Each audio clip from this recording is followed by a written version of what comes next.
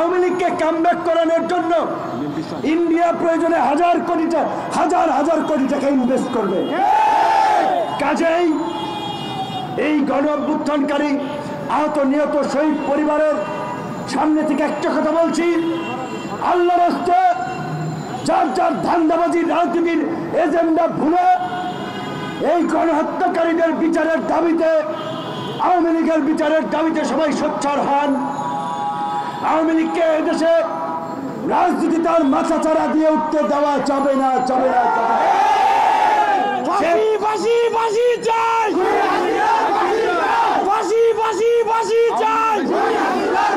পরিষ্কার, এই গণহত্যার জন্য শেখ হাসিনা, ওবায়দুল কাদের, ছাত্রলীগ, যুবলীগের সভাপতি, সেক্রেটারি সহ শীর্ষ নেতাদের সর্বোচ্চ শাস্তি, ফাঁসি নিশ্চিত করতে হবে। আন্তর্জাতিক অপরাধ ট্রাইব্যুনালে একটা ট্রাইব্যুনাল গঠন হয়েছে, ট্রাইব্যুনাল গঠনের দরকার ছিল অন্তত 20টা, হয়েছে একটা। কি বলবো, থুতু পরে ফালাইলে তো বুকে পড়ে। সরকারকে ন্যাংটা করতে গেলে তো নিজেরাও লজ্জিত হই, যেই কারণে অনেক কিছু বলতে পারি না। বারবার বলছিলাম এইটাকে জাতীয় সরকার করেন, আন্দোলনকারী অংশীদারদেরকে নিয়ে 2 বছরের জন্য সিল মাইরা দেন, কোন সমাবেশ মিছিল মিটিং হবে না। রাষ্ট্র পুনর্গঠনে জাতীয় সরকার হবে, আপনারা করলেন না। শেখ সাহেবের মতো আফসোস করে বলতে হয়, ভুট্টু সাহেব আমার কথা রাখলেন না, তো ইউনূস সাহেবের কানে আমাদের কথা পৌঁছালো না, এই সরকারের উপদেষ্টাদের কাছে আমাদের কথা পৌঁছালো না। এখন রাজনৈতিক দল নির্বাচনের জন্য তারা দিচ্ছে, কেউ বলছে 6 মাসের মধ্যে নির্বাচন দেন, কেউ বলছে এই বছর ডিসেম্বরের মধ্যে নির্বাচন দেন, আপনাদের ক্ষমতায় থাকার দরকার নাই। কথা যে বলছে তার পেছনে কিছু যৌক্তিকতা রয়েছে। 5 মাসে আপনারা চমক দেখাতে পারেন নাই, এই রকমের একটা এক্সপিরিয়েন্স অ্যাডভাইজারি বডি, তাদের কাছ থেকে এটা প্রত্যাশিত ছিল না। এই যে 100 শতাধিক পণ্যের যে ভ্যাট শুল্ক বাড়ালো, রোজা আসছে দেখবেন দ্রব্যমূল্যের দাম আরো বাড়বে, জনগণকে ঠেকানো যাবে না রাস্তায় নামানো থেকে। আর যারা দ্রুত নির্বাচন চায় তারা তো কাজে লাগাবেই। নির্বাচন হয়ে গেলেই কি নতুন বাংলাদেশ গড়ে উঠবে?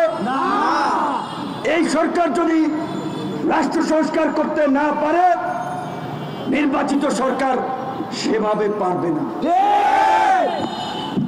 রাজনৈতিক সরকার অনেক কিছু চিন্তা করে, রাজনৈতিক স্বার্থ সুবিধার দিক থেকে অনেককে তুষ্ট করতে গিয়ে তারা অনেক সিদ্ধান্ত নিতে পারে না, যেটা এই সরকার পারত।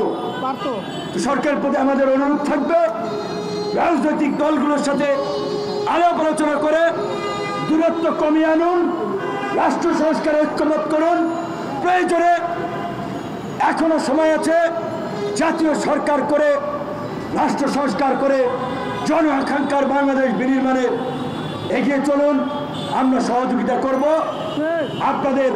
তার আগে কথা টাইমলাইন 15 তারিখ, এই 15 দিনের মধ্যে আহত এবং নিহতদের বিষয়ে যথাযথ পদক্ষেপ না এলে তাহলে কিন্তু আমরা আন্দোলনে নামতে বাধ্য হব। এবং আহত ভাইদেরকে বলবো, ওই যে চক্ষু হাসপাতালে শ্বশুর বাড়ি মামার বাড়ি বানাইয়া হাসপাতাল থেকে আন্দোলনে আসে, আবার সেইখান থেকে আবার মানুষের উপরে আক্রমণ করে, এই দুর্বৃত্তদের বিরুদ্ধে আপনাদের পরিষ্কার অবস্থান থাকতে হবে।